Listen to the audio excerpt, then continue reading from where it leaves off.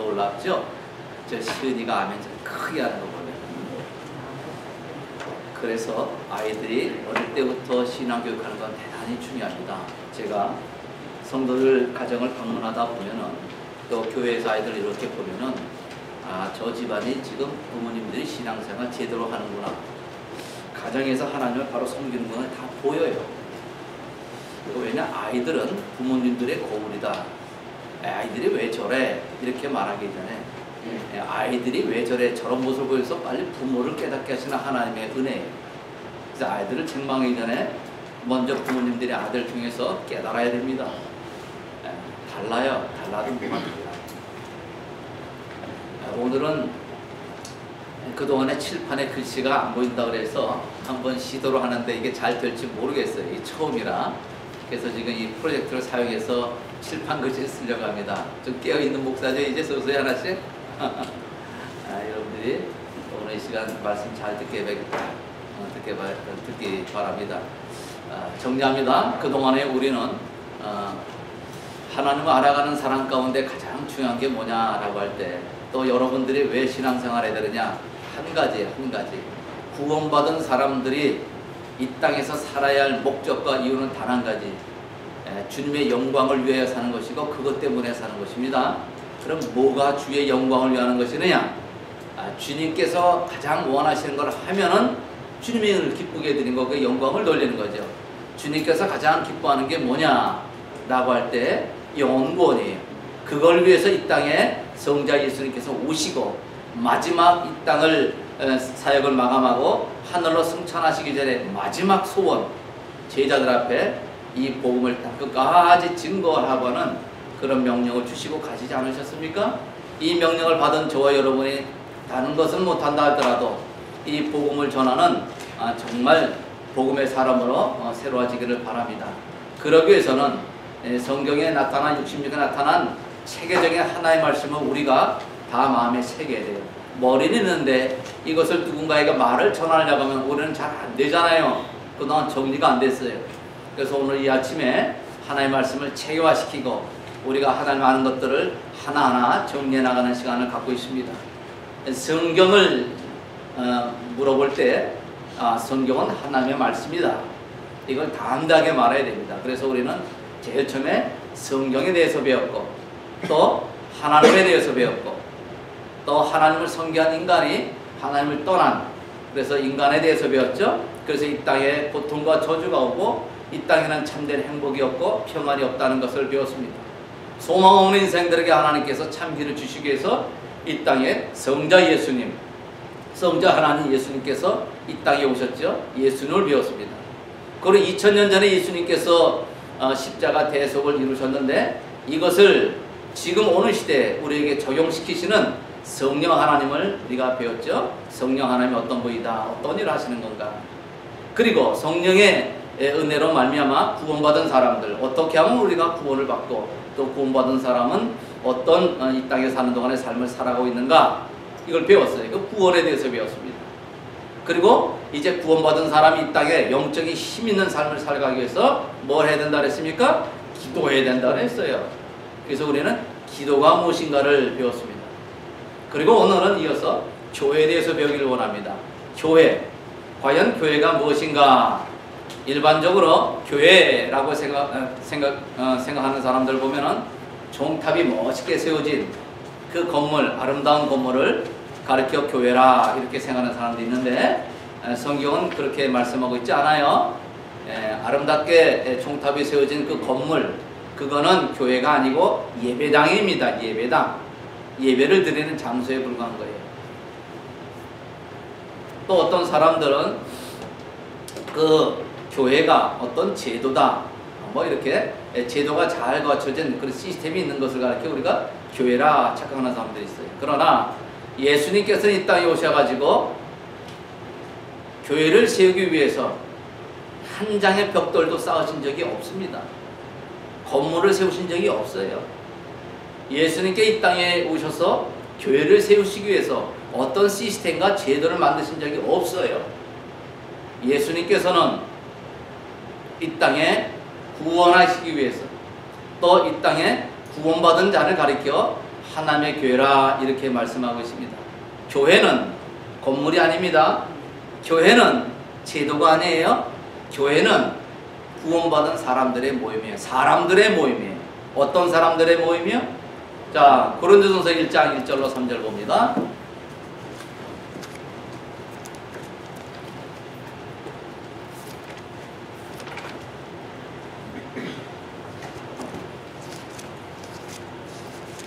고린도전서 1장 1절로 3절 말씀 시작. 하나님의 뜻을 따라 그리스도 예수의 사도로 부르심을 입은 바울과 형제 소소데네는 고린도에 있는 하나님의 교회 곧 그리스도 예수 안에서 거룩하여지고 성도라 부르심을 자들 또 각처에서 우리 주 곧 저희와 우리 주 대신 예수 그리스도의 이름을 부르는 모든 자들에게 하나님 우리 아버지와 주 예수 그리스도로 쫓아 은혜와 평강의 있기를 원하노라. 그랬죠? 2절에 하나님의 교회 곧 하나님의 교회가 뭐예요? 그리스도 예수 안에서 거룩하여지고 성도라 부르심 입은 자들. 이거 하나입니다. 줄 치세요. 두 번째 또 우리 주 곧 저희와 우리 주 대신 예수 그리스도의 이름을 부르는 모든 자들. 이게 바로 교회예요. 교회. 이와 같이 교회는 건물과 제도가 아니고 사람들의 모임이며 그 사람들은 어떤 사람이냐? 예수 그리스도를 진실하게 부르는 성도들의 모임이다. 그렇게 성경은 말씀하고 있어요. 그렇다면 이러한 성도들이 모여서 무엇을 하는 것인가? 여러분들이 모여서 무엇을 하는 것인가? 이걸 우리가 배워야 돼요. 왜 모였어요? 이곳에 왜 모였어요? 구원받은 저와 여러분이 왜 모였습니까? 이걸 알아야 되잖아요. 그렇죠? 자, 마태복음 16장 15절로 18절 말씀 보겠습니다. 어떤 사람들이 모여서 무엇을 하는 모임들인가? 마태복음 16장 15절로 18절 말씀 시작. 가라사대 너희는 나를 누구라 하느냐? 시몬 베드로가 대답하여 가라되 주는 그리스도시요 살아계신 하나님의 아들이시니이다. 예수께서 대답하여 가라사대 바요나 시몬아 내가 복이 있도다. 이를 내게 알게 하는 이는 혈육이 아니요 하늘에 계신 아버지시니라. 또 내가 내게 이르노니 너는 베드로라. 내가 이 반석 위에 내 교회를 세우리니 음부의 권세가 이기지 못하리라. 아멘. 옛날 예수님 오시기 전에 구약의 이스라엘 백성들은 오랫동안 인간들의 죄를 대속해 주실 메시아, 하나님께서 예언하신 그 메시아 구원자를 탁수고대했습니다. 그분을 기다렸단 말이에요. 임마누엘 주신 하나님을 기대했어요. 인간이 하나님을 스스로 떠나지 않았습니까? 인간이 하나님을 떠난 순간부터 이 땅에 많은 어려움이 왔는데 이제 우리와 함께 하실 하나님을 고대했던 거예요. 왜? 이 죄인은 거룩하신 하나님과 함께 할 수 없거든요. 그래서 하나님께서 구약시대 때 많은 선지자를 통해서 또 제사장을 통해서 많은 제사를 통해서 이 땅에 오실 메시아를 예언하신 거예요. 그 구약 백성들은 그걸 깨닫고 기다렸습니다. 그런 때에 바로 베드로가 예수님 앞에서 뭐라고 했어요? 주는 그리스도시요 살아계신 하나님의 아들이십니다 라고 고백을 했어요. 이 놀라운 고백이죠. 어떻게 저분이 살아계신 하나님을 알았습니까? 주님께서 이 고백을 듣고 얼마나 기뻐하시는지 바요나 시몬아 이것을 내가 알게 한 것은 혈육이 아니고 네 부모가 알게 한 것이 아니다 그랬죠. 하늘에 계신 네 아버지다. 반석과 같은 이 베드로의 신앙 고백 위에 주님은 뭘 세운다 그랬습니까? 내 교회, 주님의 교회를 세우신다 그랬어요. 뭐 위에? 베드로의 신앙 고백 위에. 다시 말하면 교회는 그렇다면 이제는 이 베드로가 고백했던 이 신앙 고백을 가지고 이 고백을 우리의 삶 가운데 실천하는 사람들의 모임을 가리켜 교회라. 그러고 여러분들이 주는 그리스도시요 살아계신 하나님의 아들이십니다. 이 고백을 했습니까? 그러면 그 예수님이 하나님의 아들, 그분이 전능자 창조주라는 거 다 배우지 않았습니까? 그분을 고백을 하면서 그렇게 살아가고 있는가? 이것을 실천하는 사람들의 모임을 교회라고 합니다. 제가 참 답답한 것은 뭐냐면은 이것하고 전도도 해야 되고 이것도 해야 됩니다 이런 얘기를 하면은 우리가 다 힘든데 그거 목사님만 하는 거 아니에요 이런 얘기를 들은 때가 있었어요. 전도는 목사만 하는 게 아니에요. 마치 그분들은 이 교회는 바로 목사가 주인인 거로 착각하고 있어요. 교회 주인은 목사도 장로도 집사도 아닙니다. 교황도 아니에요. 신부들도 아니에요. 교회의 주인은 누굽니까? 예수 그리스도시에요. 여러분들이 그 교회의 주인 되신 예수님께서 뭐라고 해서 내 교회를 세우신다 그랬어요. 그래서 이 교회가 탄생한 겁니다. 저와 여러분이 이 자리에 앉아있게 된 것이에요. 그래서 이제 저와 여러분이 모이는 이유는 이 바른 신앙 고백을 가지고 이 신앙 고백대로 내가 하나님 앞에 고백하는 그대로 실천해 나가는 믿음의 사람 되기를 바랍니다. 그리스도를 주인 삼아서 주인 삼으셨습니까? 그리스도를 주인 삼아서 그 주님 앞에 경배를 드리고 그 주님 앞에 내 자신의 삶을 신앙 고백대로 나타내 보이는 자들의 모임이 뭐예요? 교회예요, 교회. 교회는 건물이 아닙니다. 제도가 아닙니다. 교회는 사람들이에요. 자, 그렇다면은 교회가 타락되었다라는 말을 듣죠. 그 말은 교회가 타락다는 말은 뭐예요? 그 교회가 부패되었다는 게 아니고 그 교회가 시스템이 잘못됐다는 게 아니고 교회가 타락됐다는 건 뭐예요? 바로 교회인 저와 여러분 성도들이 타락했다는 거예요. 우리 자신들이 부패했다는 거예요.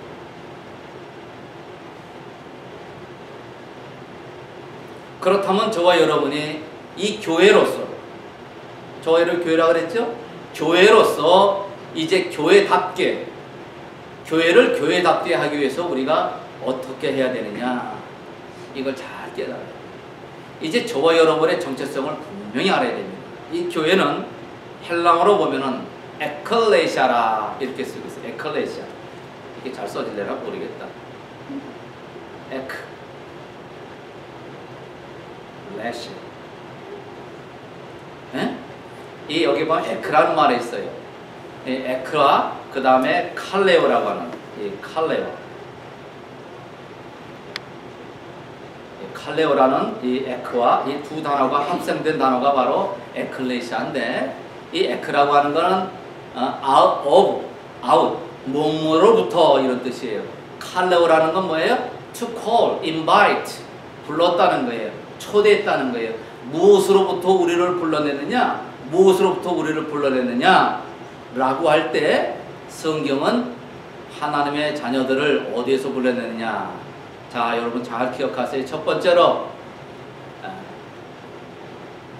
사도행전 2장 40절 봅시다.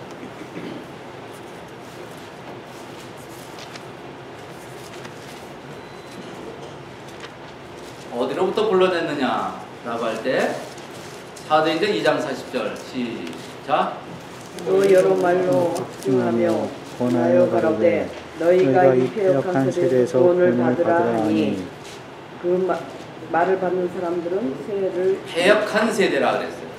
패역한 세대로부터 우리를 구별하여 하나님께서 불러낸 저와 여러분이라는 얘기입니다. 두 번째 고린도후서 6장 17절입니다.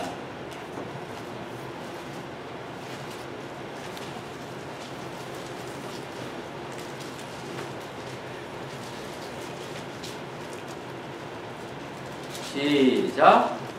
그러므로 주께서 말씀하시기를 너희는 중에서 나와서 따로 있고 부정한 것을 만지지 말라. 내가 너희를 영접하여 너희에게 아버지가 되고 너희는 내가 자녀가 되리라. 전능하신 주의 말씀입니다 하셨느니라. 네. 우리를 세상에 섬기는 어디요? 영적인 간음하는 자들 우상으로부터 우리를 건져냈다고 말씀하고 있습니다. 갈라디아서 1장 4절 말씀 읽어보세요. 갈라디아서 1장 4절.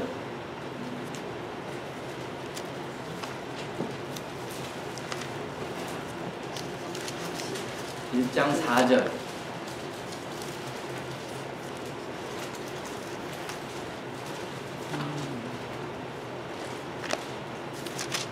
시작. 그리스도께서 하나님고 우리 아버지의 뜻을 따라 이 악한 세대에서 우리를 건지시려고 우리 죄를 위하여 자기 몸을 들이셨으니. 어디에서요? 악한 세대에서. 또 네 번째 베드로전서 2장 9절.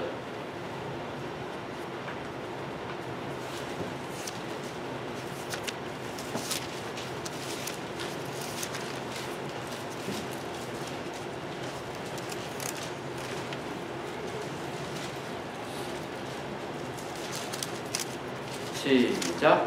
오직 너희는 하신 족속이여 왕각기에서 잠시로 거룩한 나라여 예수의 백성이니 이는 너희를 어두운 데서 불러내어 그의 귀한 빛에 들어가게 하신 자의 아름다운 법을 선전하게 하려 하심이라. 육체의 더러운 음란한 그런 어두운 세상에서 우리를 건져내신 것입니다. 또 사도행전 26장 18절 말씀.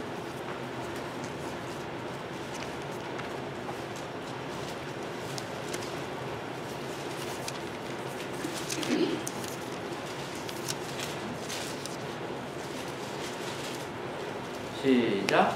그 눈을 뜨게 하여 어둠에서 빛으로 사단의 권세에서 하나님께로 어디에서 불러냈어요? 사단의 권세에서 불러냈다 그랬어요. 자, 그러면 이걸 제가 왜 말씀을 드리냐?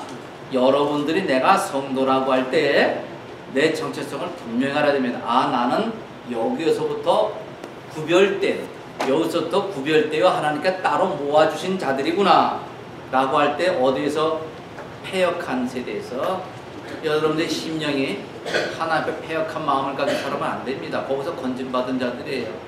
우상을 섬기면 안 돼요. 바로 그들 가운데서 우리를 불러내신 것입니다. 이 악한 세대에 동화되지 마시고 악한 세대의 가치관을 사는 것이 아니고 거기서 불러내어 따로 모아셨어요. 그게 성도예요. 그럼 우리는 이 악한 세대에 사는 방법대로 사는 자들이 아니고 하나님 나라의 법대로 사는 것이고 그런 가치관을 거부하는 자들입니다. 맞아요. 그런 자들이 모여서 하나님 앞에 예배드리고 하나님의 말씀을 이 땅에 구현해 나가는 자들을 가르쳐 교회라 그러는 거예요. 어두운 세상, 어둠이라는 것은 하나님과 맞지 않은 대적하는 그런 세력이거든요. 이 세상, 성경은 이 세상에 보이지 않는 영이 쥐고 흔든다 그랬어요. 세상 임금, 세상 신화 그랬는데 그걸 가르쳐 뭐라요? 마귀라 그랬어요. 그래서 사단의 권세로부터 우리를 따로 불러내었다. 이것을 가르쳐 성도라. 그렇다면 우리가 나의 정체성을 분명히 알고 이제는 내가 어떻게 살아야 되느냐, 무엇을 위해 살아야 되느냐, 이걸 분명히 알아야 됩니다. 그래서 381년에 오늘날 개혁 신학에 있는 모든 교회들은 니케아 신조를 따르고 있습니다. 니케아 신조 381년에 그때 니케아 신조 중에 하나가 이것입니다. 우리는 하나이고 거룩하고 보편적이고 사도적인 교회를 믿는다. 이렇게 선포했습니다. 그럼 바로 이 네 가지가 신앙의 고백입니다. 니케오 회에서 나왔던 그 신조인데 오늘날 개혁 신학계의 모든 근거한 교회들은 여기를 따르고 있어요.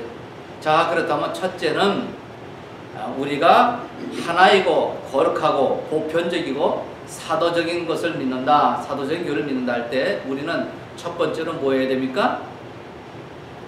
예? 첫 번째로는 하나여야 된다는 거예요. 자, 따라 우리는 하나여야 된다. 우리는 하나여야 된다.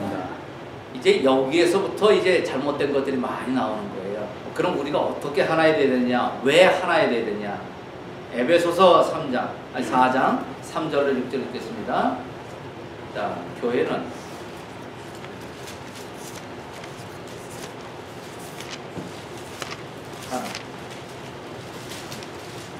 하나,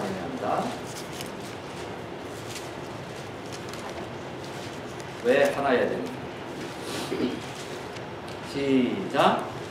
평안하게 매는 줄로 성령이 하나 되게 하신 것을 힘써 지키라. 몸이 하나여 성령이 하나이니 이와 같이 너희가 부르심의 한 소망 안에서 부르심을 입었느니라. 주도 하나여 믿음도 하나여 세례도 하나여 하나님도 하나이시니 곧 만유의 아버지시라. 만유 위에 계시고 만유를 통일하시고 만유 가운데에 계시도다. 아멘. 우리가 하나라는 거예요. 주도 하나요. 한 주님을 섬기고 있어요. 한 하나님을 섬기고 있어요. 그래서 우리는 한 분 하나님, 한 분 주님 안에서 우리가 하나된 형제의 자명을 잊지 말아야 된다는 것입니다. 여기서 하나라는 것은 숫자적인 개념의 모임의 하나가 아니에요. 만약에 숫자적인 하나의 개념이다 그러면은 이 전 세계에 흩어지는 성도들이 한 장소에 모여가지고 뭐 난리법석 떠들겠지요. 그게 아니에요. 여기서 하나야 된다는 것은 한 분이신 주님을 우리가 같은 신앙국을 가지고 일치된 마음을 가지고 모이는 것을 가리켜 말씀하고 있습니다. 여기에서 하나라고 할 때 이제 잘 들어야 됩니다. 여러 다른 부파가 있을 수 없다. 맞아요, 안 맞아요? 예? 좀 어려운 얘기를 하고 있어요. 지금 이거 대단히 중요해요. 자, 하나여야 되기 때문에 이제 여러 기독교 안에 여러 분파가 있어서는 돼요, 안 돼요? 안 돼요. 그런데 현실은 어때요? 엄청나게 많은 분파가 있지요. 우리 개혁신학을 따르는 개신교 가운데 우리 장로교가 있고 또 감리교가 있고 또 성결교가 있고 또 뭐 침례교회가 있고 뭐 성공회가 있고 그렇죠? 뭐 여러 교파가 있어요. 하나님은 하나야 되는데 왜 우리가 여러 분파를 두면 안 되는데 왜 오늘 지상교회는 그렇게 되어지느냐? 저에게 두 딸이 있습니다. 알다시피. 그런데 제가 이 세상에 살다가 주님 부름 받아서 이제 갔어요. 그리고 이 땅에 남아있는 두 딸을 향해서 잘 알고 있는 어떤 지인이 얘들아 아빠를 생각하면서 아빠에 대해서 한번 글을 써봐라. 내가 너희 아빠를 생전에 많이 만나지 못했는데 너희 아빠가 어떤 분이었느냐 라고 글을 쓰라 그러면은 이 두 딸이 쓴 글은 완벽하게 일치된 내용을 가지고 쓸 수 있겠어요? 네? 왜? 없죠. 왜? 보는 느낌이 틀리고 네? 생각이 틀리고 그렇지. 보는 각도가 틀리고 생각이 틀리고 그렇죠. 각도가 틀리고 생각이 틀리잖아요. 그들이 살아생전에 한 아버지를 같이 살았지만은 그 한 아버지에게서 내가 경험했고 내가 인식했던 건 다 달라요. 다르기 때문에 다른 두 글을 본 사람이 이거는 잘못된 글이다. 이건 네 아버지를 잘못 표현했다. 거짓말이다. 이렇게 말할 수 있어요? 없어요? 없단 말이에요.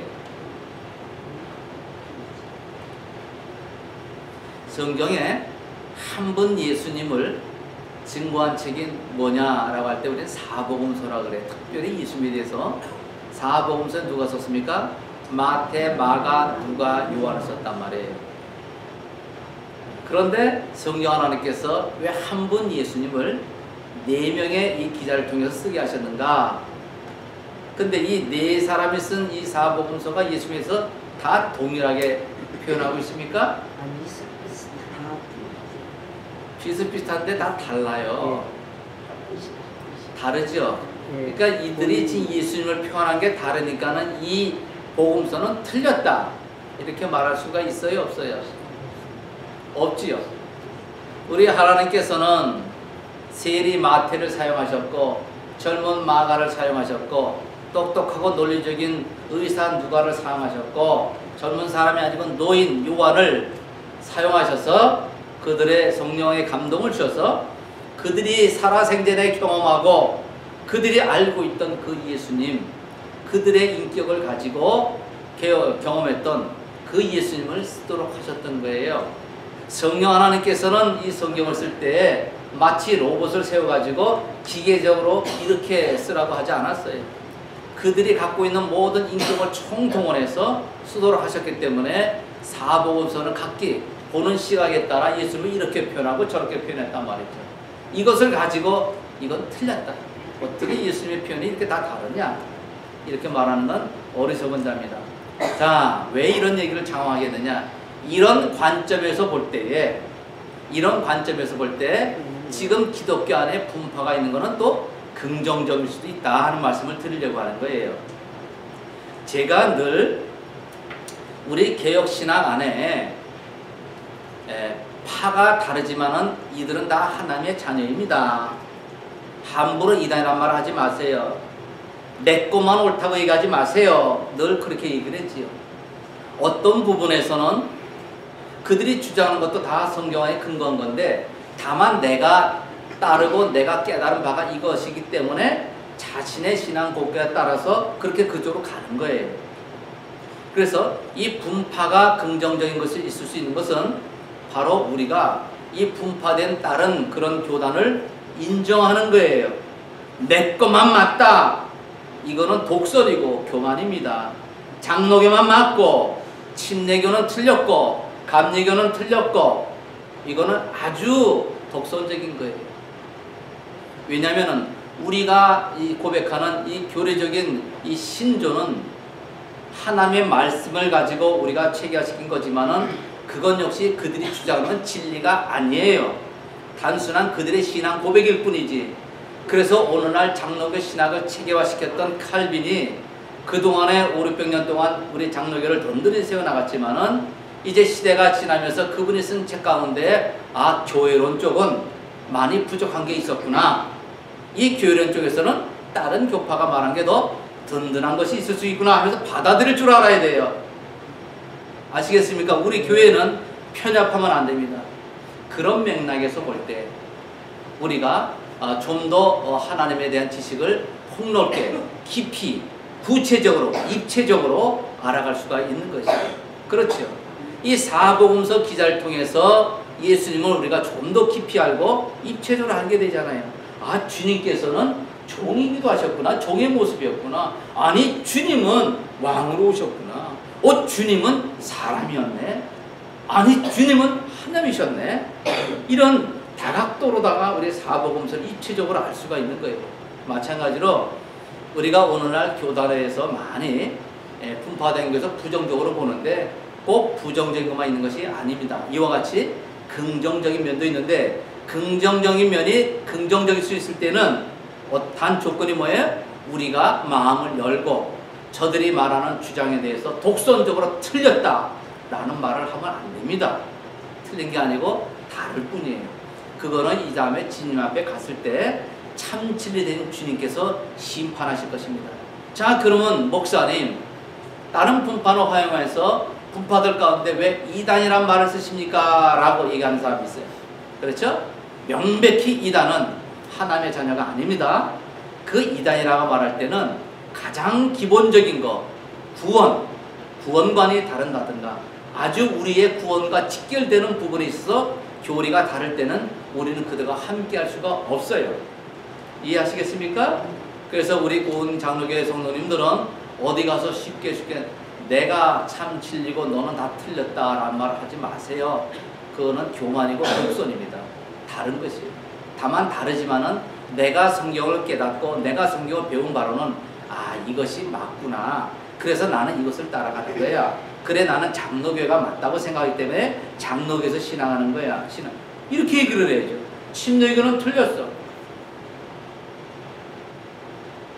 제가 신학 공부할 때에 어떤 한 신학생이 그저 칼빈 얘기만 하면, 거짓말은 칼빈 얘기만 하면 마치 칼 들고 이렇게 막 대항하듯이 하는 침례교 신학생이 하나 있었어요. 걔네 묻고 말았어요. 묻고 말았는데 그러면 안 돼요. 그러면 안 돼요. 아시겠죠?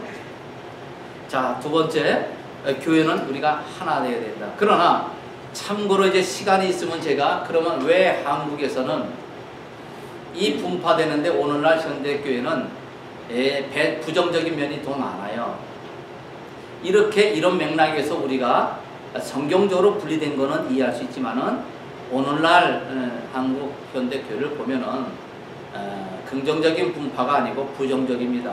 그것은 어떤 목사들의 개인들의 욕망, 집단적인 이기를 위해서 분파되는 경우가 오늘날 굉장히 많아요. 그렇기 때문에 오늘날 교회가 하나님 앞에 많은 문제를 야기시키는 겁니다. 뭘 하나 하더라도 내 개인의 이익이 되면 얼마든지 우리는 갈라설 수가 있어요. 성경 말씀도 왜 이렇게 한국에 성경 번역한 게 많이 있습니까? 그 다 신실한 사람들이 하나님의 성령의 감동을 입어서 했습니까? 저는 그렇게 보질 않아요. 우리 하나님은 혼란한 하나님이 아니세요. 질서의 하나님이세요. 아주 크리하신 분이에요. 그럼 우리 한국 성경에도 번역본 중에서 정말 하나님께서 인정하시는 신실한 번역본이 있다고 보는 거예요. 그래서 우리 교회가 지금 어떤 걸 써야 되느냐? 아직까지는 저는 개역 성경을 지금 쓰고 있습니다만은 오늘날 많은 성경본이 나온 것 또한 이것이 집단적인 이기에서 오늘날 성경들이 많이 나왔어요. 사실입니다. 부인할 수가 없어요. 우리 교단이, 한국 교단이 크게 두 가지로 나눕니다. 오늘 여기까지만 하고 마치겠습니다. 한국 교단은 명백히 처음에 분파는 성경적인 분리였습니다. 예수교 장로회가 있었거든요. 근데 예수교 장로회랑 기독교 장로회라는 게 있죠. 그렇죠? 기장과 예장이라 그래요. 기독교 장로회와 예수교 장로회가 둘로 갈라질 때는 명백히 신학적인 분리였습니다. 미국에서 신신학을 공부한 사람들이 이 성경의 이 66권의 말씀이 다 정확 무한 하나의 말씀이 아니다. 이 말씀 가운데는 진리도 있지만은 어떤 거는 우리가 믿기지 않은 전설과 설화 같은 내용도 있다. 신화도 있다. 이러한 신신학을 받은 목사님들이 한국에 들어와서 저들을 제명시키는 게 그건 틀렸다. 그래서 기독교 장로회와 예수교 장로회가 갈라진 것입니다. 제일 근본이 그거예요. 물론 부분적으로 그 이면에 뭐가 있는지 모르지만 명백히 그렇게 돼 있어요. 그래서 한국에서 우리 대한예수교 장로회는 기장 사람들과 별로 교제를 안 합니다. 엄청나게 어떻게 하나님의 말씀이 틀릴 수가 있어요? 이 하나님의 말씀이 전설입니까? 신화입니까? 그렇게 가르쳐요. 또 대한예수교 장로회 가운데 크게 두 파가, 물론 분파가 많이 있지만 대주류로 보면은 대한예수교 장로회 예장과 통합이라는 게 있어요. 통합 측. 여러분들 미국 생활할 때 한국의 통합 측은 미국 교단의 PCUSA와 연결됐어요. 미국 교단의 가장 큰 교단입니다. 타락당 교회입니다. 그러면 왜 통합과 예장이 갈라졌느냐라고 할 때 그건 한 가지입니다. 에큐메니칼 운동. 전 세계 교회가 하나가 돼야 된다는 거. 그들 이론은 맞죠. 그러나 전 세계가 하나 되기 위해서는 조건이 뭐예요? 한 신앙 고백이어야 돼요. 신앙 고백이 다를 때는 우리는 같이 할 수가 없죠. 오늘 배웠죠.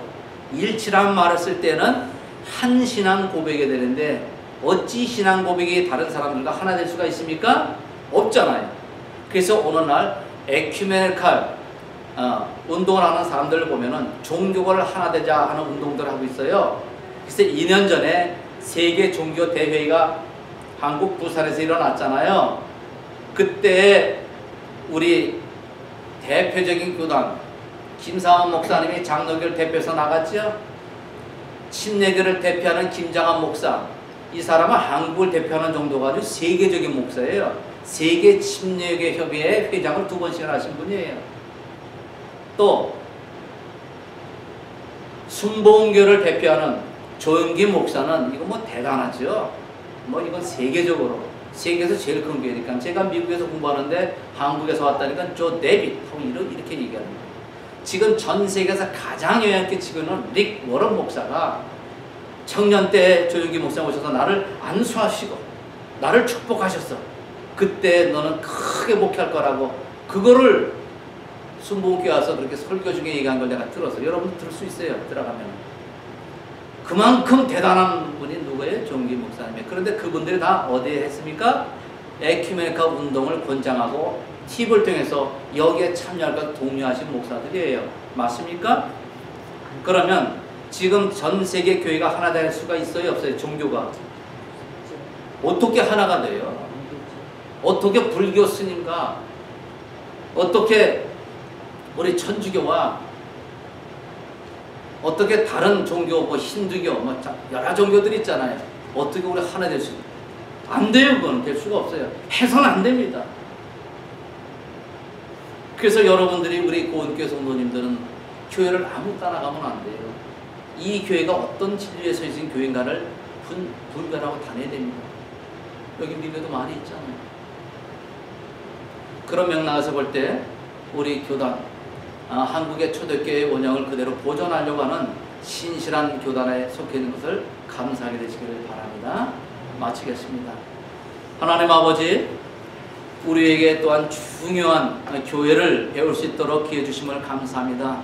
하나님 아버지, 이제 우리가 하나님 앞에 거룩한 성도로 부름받던 사실을 늘 기억하게 하시고, 하나님 아버지, 베드로가 고백했던 것처럼 주는 그리스도시요 살아계신 하나님의 아들이라고 하는 바른 신앙 고백 위에 일치된 마음을 가지고 하나님의 뜻을 이 땅에 구해 나가는 진실된 오늘 이 시대에 하나님의 교회로 우리를 세워 주시옵소서. 주 예수 그리스도의 이름으로 기도드리나이다. 아멘.